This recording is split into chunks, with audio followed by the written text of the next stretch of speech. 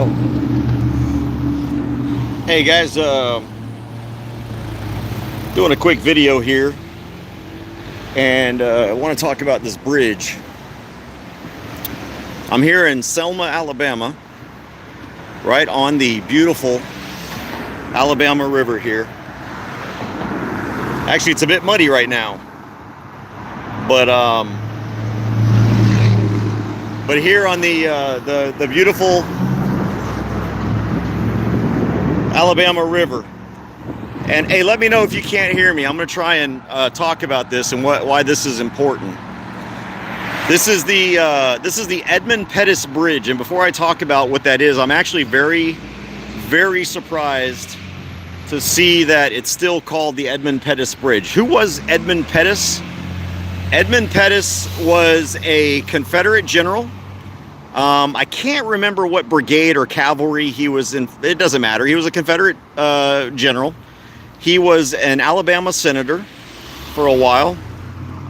He was also a Grand Dragon in the Ku Klux Klan.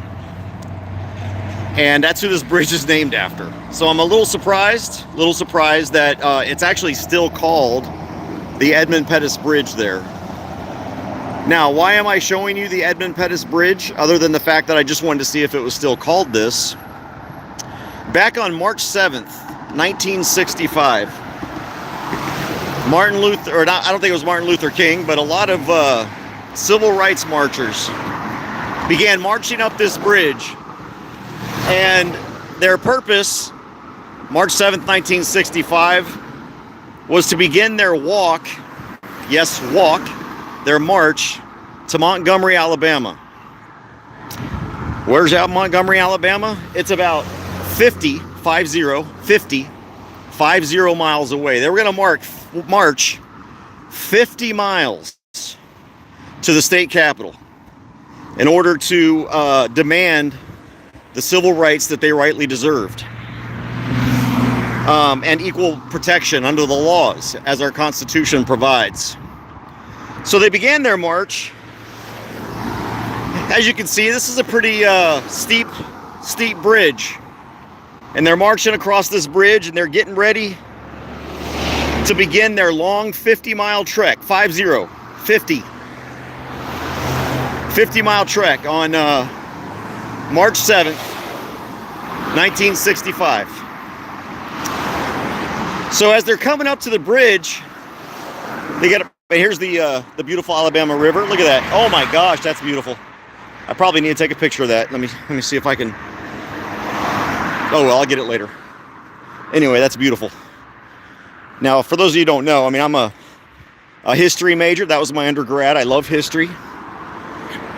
So what I want to do is I want to kind of put you guys in the shoes of those civil rights pioneers that came to march up on this hill. It probably wasn't as busy in 1965. There probably weren't this many cars.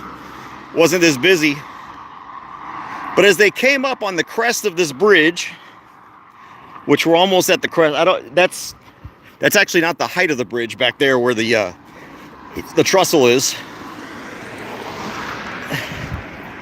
But as they got right about here to the crest, they saw a bunch of cops right there, just on the other side of the bridge right here. Whole bunch of policemen lined up, blocking the road, blocking the bridge.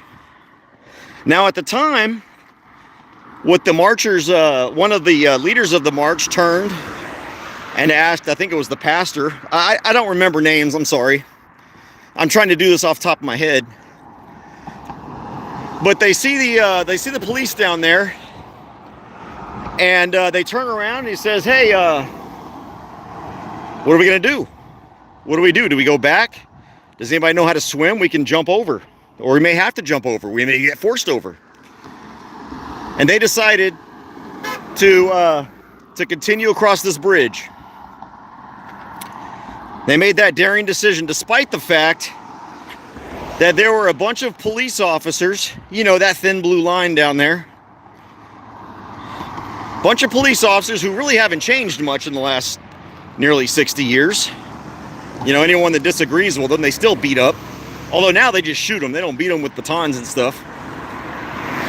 So they continued down here. And when they got a little bit further than where I'm at now, I'm not going to keep walking because I have somewhere to be. They got their asses beat bloody.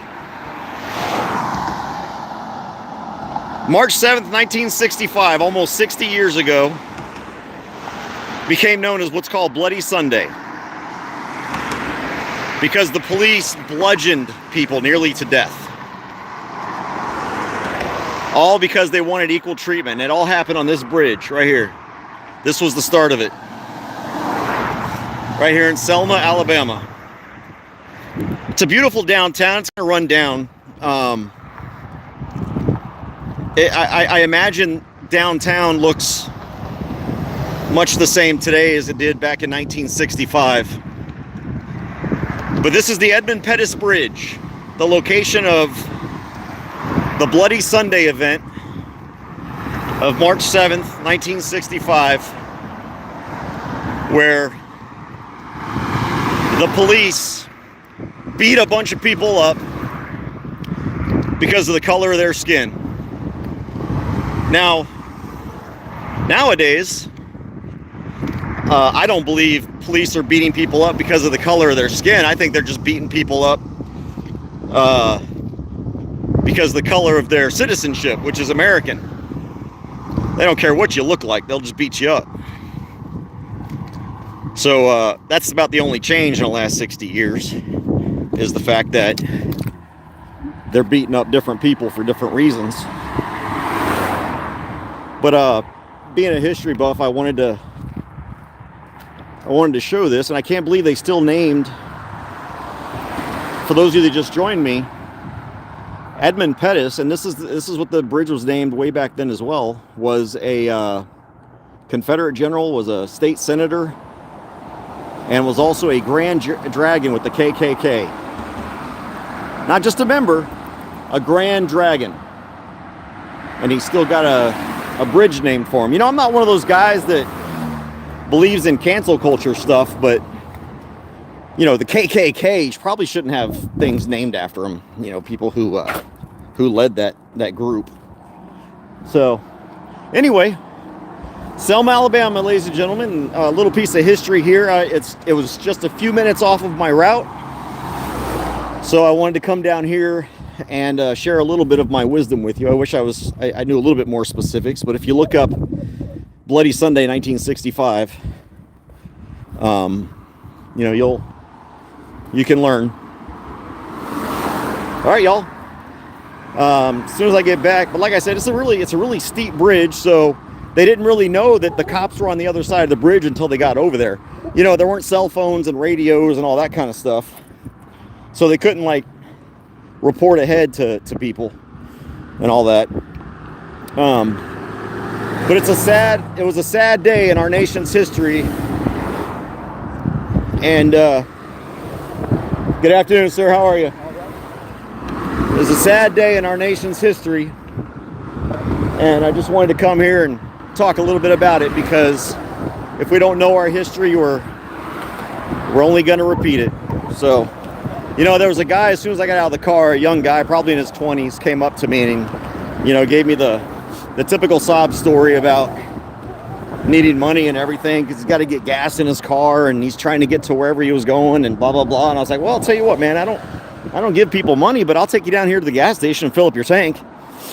And of course, you know, when you offer to, you know, when someone says I'm hungry and you offer them food and they don't take the food, they're not really hungry. And when someone says I need to fill up my car and you offer to go fill up their car and they say no, well, I'm not going to give you cash. You said you need to fill up your car. I'm willing to fill up your car. I'm not going to give you money. I'm definitely not going to go to the ATM and get you money. But anyway, that's what happened as soon as I got out of my car down here. But here we are, downtown Selma, Alabama. And you guys be safe, be free. I'll talk to you later.